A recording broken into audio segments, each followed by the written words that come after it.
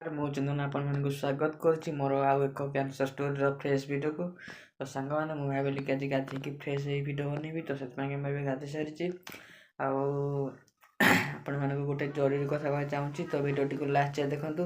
ଆଉ ମୁଁ ଏବେ ଯାଉଛି ଲଞ୍ଚ କରିବା ପାଇଁ। ଲଞ୍ଚ କରିସାରିଲା ପରେ ଆପଣମାନଙ୍କୁ ଜଣାଇବି, ତ ଭିଡ଼ିଓଟିକୁ ଲାଷ୍ଟ ଯାଏଁ ଦେଖନ୍ତୁ। ଯଦି ଭିଡ଼ିଓଟି ଭଲ ଲାଗିଥାଏ ଭିଡ଼ିଓଟିକୁ ଲାଇକ୍ କରି ଚ୍ୟାନେଲଟିକୁ ନିହାତି ଭାବରେ ସବସ୍କ୍ରାଇବ୍ କରିଦେବେ। ତ ଚାଲନ୍ତୁ ଭିଡ଼ିଓଟିକୁ ଷ୍ଟାର୍ଟ କରିବା। ତ ଦେଖନ୍ତୁ ଭାତ, ଡାଲି ଆଉ ଶାଗ, ଇଏ ହେଲା ବାଇଗଣ ଆଳୁ ଚକଟା। ତ ଆପଣଙ୍କ ମଧ୍ୟରୁ କିଏ ମଦରଙ୍ଗ ଶାଗ ଖାଇନାହାନ୍ତି ତ କମେଣ୍ଟ ମାଧ୍ୟମରେ ନିଶ୍ଚୟ ଜଣାନ୍ତୁ। ଇଏ ହେଲା ମଦରଙ୍ଗ ଶାଗ। ମୋତେ ଏହି ଶାଗଟା ଖାଇବାକୁ ବହୁତ ଭଲ ଲାଗେ। ମୋର ଏବେ ଖାଇବା ସରିସାରିଛି। ଆଉ ଆପଣମାନେ ଜାଣିଥିବେ କି ମୁଁ ଦିନରେ ଗୋଟେ ମେଡ଼ିସିନ୍ ଖାଏ, ତ ଦେଖିପାରୁଥିବେ ଏଇଟା ହେଲା ଡାକ୍ତରନି ମେଡ଼ିସିନ୍। ତ ସେଇଟା ମୁଁ ଖାଇସାରି ଆପଣମାନଙ୍କୁ ନିଶ୍ଚୟ ଜଣାଇବି। ମୁଁ ଏବେ ମେଡ଼ିସିନ୍ ଖାଇସାରିଛି।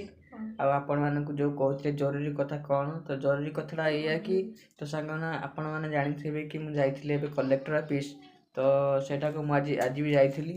ତ ସେଇଟା ପଚାରିଲି କି ମୋର ପଇସାଟା ଯେଉଁ ଆସିବା କଥା କ'ଣ ଆସିଲାନି। ତ ସେ କଲେକ୍ଟର ଅଫିସ୍ ପଛପଟେ ଗୋଟେ ଅଫିସ୍ ଅଛି, ତ ସେଇଠି ଯାଇ ମୁଁ ପଚାରିଲି।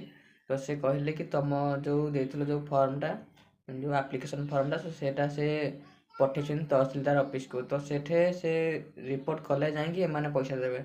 ତ ସେଇଟା କିଛି ଦିନ ଲାଗିବ, ଟାଇମ୍ ଲାଗିବ ବୋଧେ।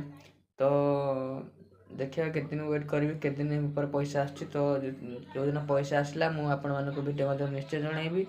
ତ ଏଇଆ ହେଉଥିଲା ଆଜିର ଜରୁରୀ କଥା। ତ ମୁଁ ଚାହିଁଲି କି ଆପଣମାନଙ୍କୁ ଇନଫର୍ମେସନ୍ ଦେଇଦେବି। ତ ଯଦି ଆପଣମାନଙ୍କୁ ଭିଡ଼ିଓଟି ଭଲ ଲାଗିଥାଏ ଭିଡ଼ିଓଟିକୁ ଲାଇକ୍ କରି ଚ୍ୟାନେଲଟିକୁ ନିହାତି ଭାବରେ ସବସ୍କ୍ରାଇବ୍ କରିଦେବେ। ତ ରହିଲି, ଦେଖା ହେବ ନେକ୍ସଟ ଭିଡ଼ିଓରେ। ଧନ୍ୟବାଦ।